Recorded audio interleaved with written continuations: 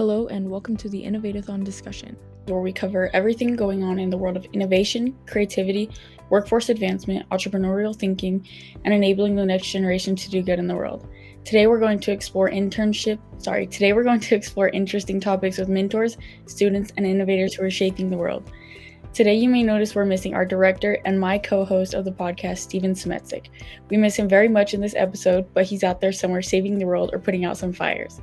Jokes, but Steven is just busy somewhere else today, and we're excited to have one of our other partners in crime join us for the IAT discussion today. That being said, I'm excited to introduce Isabel Cruz.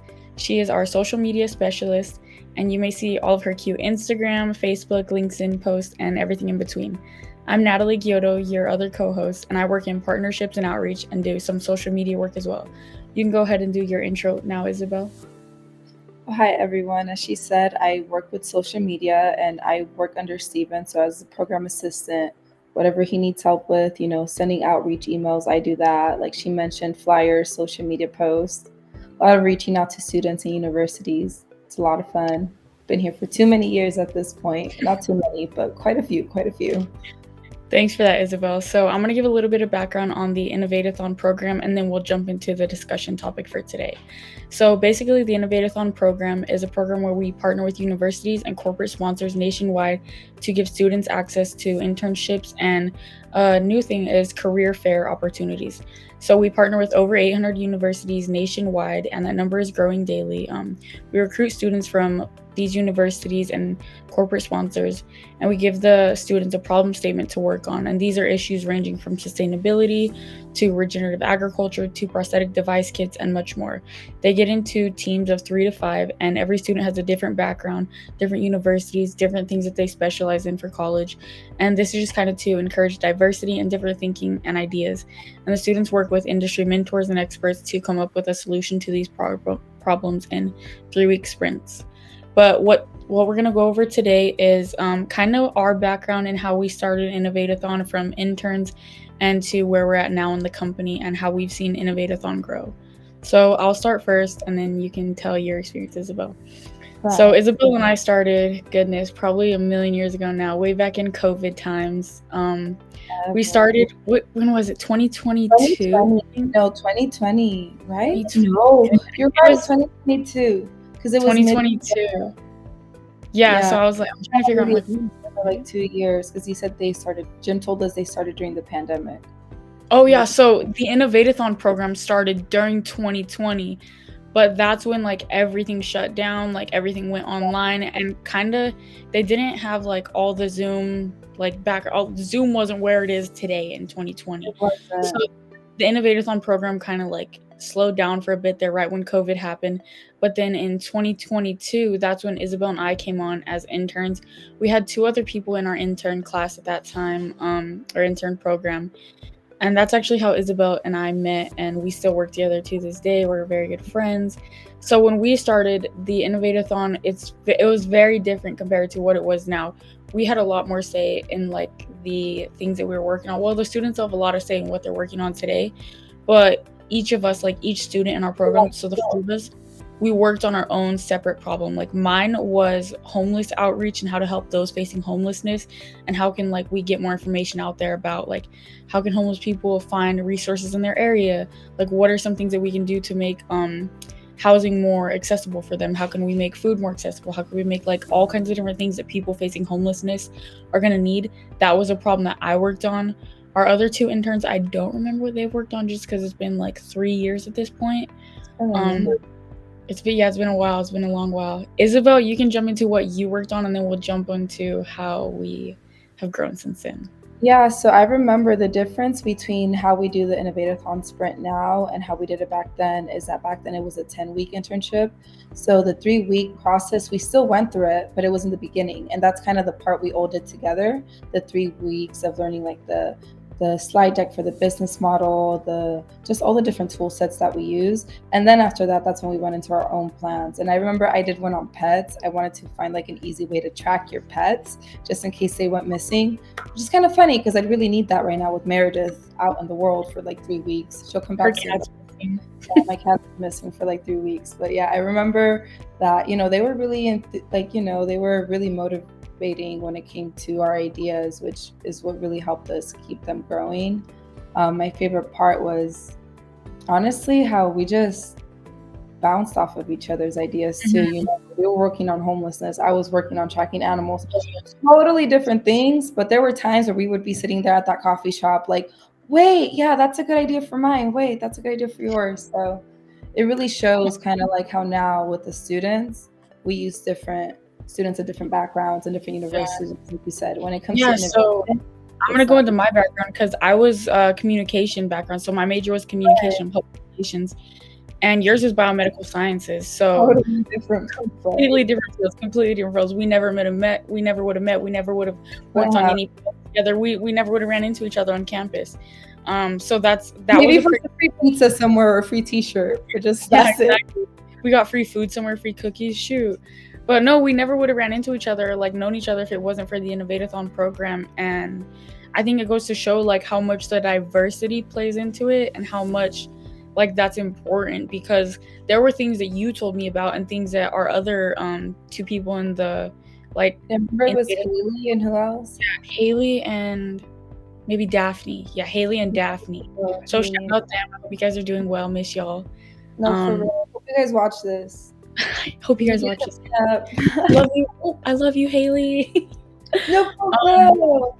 Haley was super cool. Shout out Haley. For real, for real. But one thing too that I'm glad you brought up is the 10 weeks. So the 10-week sprint was awesome, but I do think the 3-week is better because it gives students more of an opportunity. Number one, they're working in much tighter groups. Like they work together a lot more than we did. Like we had time to work together, but it wasn't as heavily like what it is now. Like the students aren't Right.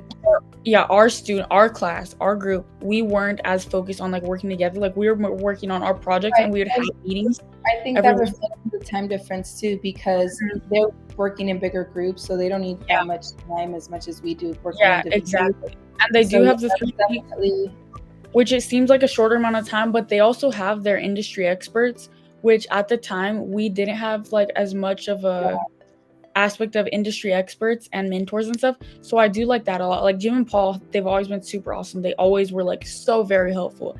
But I think the fact that they have number one, Steven's the guy. Steven is our man for Innovate-A-thon, for setting up these groups of students, and he is very good at setting up a diverse group and setting up a group that can interact and work well together. So one thing that I think really brings this program together versus the old way that we did it with the 10-week program is Steven, because Steven, he handpicks the students and he makes sure that they are very diverse. He makes sure like he checks a variety of different factors to ensure that the teams are gonna work well in a cohesive way. And just kind of a way that I think makes it where the students can have all their bases covered. Like we have students who are more outgoing, we have students who are more introverted. So if I remember correctly, when we joined, we were interns informing the program. So a lot of the yeah, materials we yeah, were creating, it was, it was using the tool sets to like, how can we use this in different like industries. yeah, to further the program. So it's definitely like we were kind of like, I don't want to say guinea pigs, especially because guinea pigs, they're high maintenance. They're cool. If someone says you're treated like guinea pigs, it's a lot of work. It's a lot of work, man. Yeah. It's a lot of work. But I do remember that part, and that's why it was different too. I feel like because we were a part of the development, which is what makes me like it so much more, because we've seen it grow and change, like you mentioned with Steven and stuff, and how like we actually have mentors coming in and helping the students, and like now even like actual industry partners, which is even more exciting. But yeah, and that's actually what I wanted to talk about next, like how we've seen the Innovate-A-thon program grow. Because when we first started, it was not where it's at today. Like today, we're partnering with over 800 universities. Like we're getting emails out the wazoo daily, like, hey, come to University of Miami. Hey, come to this university. Partner with us here, here, here.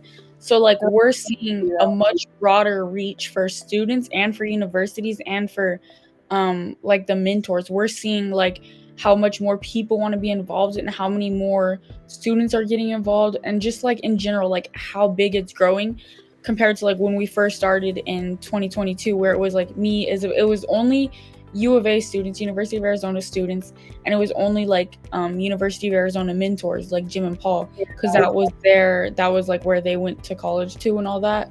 So I think seeing how the program has grown from one university, one group of students, to now like this internship that we're hosting coming up next month, we have 55 applicants from 16 different universities. That's pretty cool. Like, yeah, those are some high numbers for us. Yeah.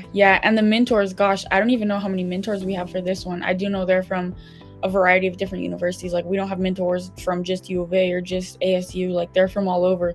So that's something that I think is really cool too. Yeah, no, I definitely agree. It's definitely grown a lot. And it's really exciting though, because I remember at some point it was like, oh, how did we get it running? There's nothing to get it running. And now it's like we have to choose what we're going to talk about because of all the different now we have to be like, okay, we only have 30 minutes. We have to hit this and this. Otherwise, we're going to go over on time.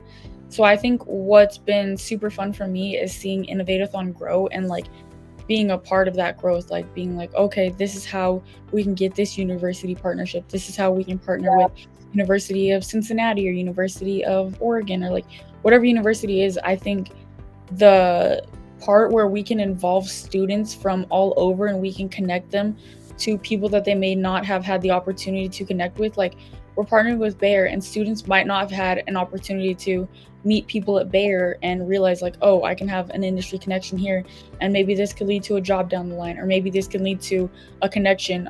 Like one of our students this internship cycle, one of our applicants, he's working on some type of like lithium ion battery recyclable thing. Yeah, and he wasn't even like, he hadn't even seen our internship at all, but I messaged him and I was like, hey, you could be a great fit for this. And this is regenerative agriculture. So it's kind of not even like in the same alleyway of what he was working on, but like the Innovate-A-thon, we use all type of students, all type of backgrounds, and we say, hey, you're doing this lithium ion battery recycling thing. Maybe you can come up with something for regenerative agriculture, and you could yield a result here that you might not have thought you could yield a result in. It just kind of gets to that point of involving everybody, regardless of if they think, oh, I'm not an expert here, I don't know what this is, I don't know what this is. But you might have some ideas that work in the field though, you know? Yeah, and even if you might not know what it is you're necessarily like coming up with the idea, your partner, your group mates might say, oh, this is a good idea, here's one way we could run with that. Like, that was something that I saw in the last Innovate-A-thon. Like, there might have been one team member that was like, oh goodness, I don't know what to do with this idea, and then another student would jump in, okay, here's what we can do from this. I learned this from this background that I had in Germany, and this is what they did for this recycling system. Why don't we go from here and take this idea and make it something new and better? And how they had ideas from different states too. Yeah, that's what I like too about the different backgrounds, is that we're not just pulling in all the students from University of Arizona who have all the same classes and all the same experiences and all that. We're pulling in students from University of California, Merced, from Purdue, from University of California, from NYU. I don't know all the colleges, but we're pulling in a variety of students. And number one, they're making connections. Number two, they're making the connections with mentors to find out like, what can a possible career path look like for me? What can this look like? What can this innovation look like? And it's kind of expanding their mind and their knowledge base to different avenues they might not have never realized before. Yeah. One thing that I also wanted to talk about was our successes. No matter how small or big, we can talk about them. So one of the successes that I really want to talk about is before Steven joined, we were doing, I want to say like 2 Innovate-A-thons a year, 1 Innovate-A-thon a year. Now we're doing 1 Innovate-A-thon a month. So that is a major milestone, I think. And also our 800 universities, 800 plus university partnerships. I just think that's awesome, because before Steven started, we had University of Arizona, maybe ASU, and I think that was it. We weren't super university partnered up. So like, Steven has been a major like factor of success for the Innovate-A-thon program. We definitely started growing a lot more when he started bringing in his connections. Yeah, he's very committed to like helping the students grow, not only in themselves, but like just in the program as well. And even beyond that, like with the career fair, like Steven sets up to where he goes through with each student and he kind of like dives into their background more. So I'm not going to get into all that because that's like a sneak peek of what's to come. I'm not gonna get into all that. That's too much. No, but I think a large part of why Innovate-A-thon is seeing the success that they're seeing is that our team is very dedicated to driving results and to driving like things that can help us succeed, to help students and to help the world. Actually,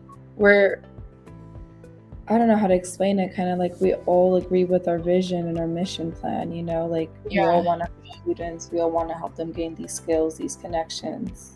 And we have a really good team like of people from a very diverse background. Like our partnerships and outreach director, Sherry Hoskinson, she has a long history in outreach. Gosh, she has so many connections. Like I'm like Sherry, I know that guy and that guy and that guy. Like she knows so many different like finance accounts. Yeah, I'm like, dang girl, I'm like, I wish I had your LinkedIn like connections. I don't. I have like 300 people on LinkedIn. She has like 3,000. Like 100. And then Steven, he's very like well organized and put together, and he knows how to get us all in line and to like say, okay, this is what we're going to be accomplishing this week. And then if we're ever confused, Steven's right there with the answer, and if he doesn't have the answer, he knows how to figure it out.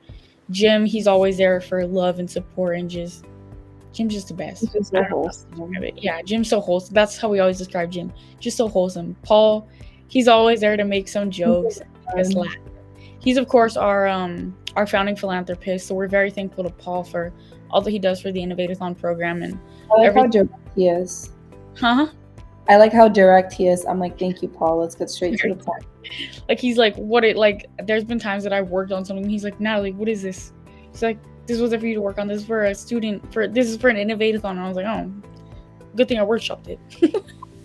But yeah, I think it's been a very good like learning experience, like from where we started in the Innovate-A-thon program way back in 2022 to where we've grown in the company now. Like just seeing the company grow and growing with the company, like growing our social media pages, like growing our discussion. We never had a discussion until like we started in December, January. We never had any of this like cool stuff that we're doing now, and it's really fun, even if we only have like a couple followers. We're thankful for you followers. We love you. Oh dang, the hearts counts. They all matter. So we're very thankful, like just to see how far Innovate-A-thon has grown in the couple years that it's been put together, and just the team. I'm very proud of all the hard work that the team has put into it. We've definitely grown as a team. Yeah. And I think the sense of community and like friendship like that we all have together. Like I know some places are like, we're all one big family, and then it's just like drama, fight. I feel like we are though. Like like Jim is our grandpa. Wow, did you heard that? I was like, excuse me, I'm a grandpa. Jim is a grandpa though. He's cool. I don't know his grandkid, but Jim's a grandpa. I know that. We're getting super off track here, but basically just a quick wrap up. Our program has grown from a little baby program to now being like this big like toddler right now. I want to say it's in the toddler stage. Yeah, I'd say like toddler, like maybe we're definitely still growing and we're gonna get there. Yeah, like elementary school, like we're getting there elementary school age program. You think we're in elementary school age already? Yeah, I think so. You're underestimating toddlers. Toddlers are smart. You know, you have your personality developed by the age of 3. You know that, right? I mean, it can change, but your characteristics and personality and like you being a person and in like three-nager. Have you heard of a three-nager stage? Exactly. So a toddler. A lot of work, a lot of behind the scenes crying. No, I'm just kidding. No crying. A lot of work. So, a lot of learning skills. Maybe we're a toddler. I think we're in the toddler era because we're like smart and we're getting there. Like, you know, we're developed for the growth, and now we just have to keep growing. Yeah, exactly. To the next stage. And that's what the toddlers are. They're developed for the growth. Now they just gotta keep growing because they already got that. I remember when I took that class, I was shocked. I was like, I've had my personality since I was 3. I was like, ooh. Crazy personality. Right. I'm like, no, so just to wrap up, I just want to say thank you, Isabel, for coming on the IAT discussion today. thank you everybody for viewing. I hope this wasn't too crazy and too all over the place. I hope you guys got something from this and kind of learned a little bit more about the background of Innovate-A-thon and how our program runs. I hope Steven isn't like, you're never allowed to do this again, Natalie, you went too crazy. But no, I'm just joking. Steven's great. Like, why did Isabel start doing facial massages on the bottom on the discussion? Blooper. But I just wanted to thank everybody for watching today and see you guys next time. Bye. Bye, guys.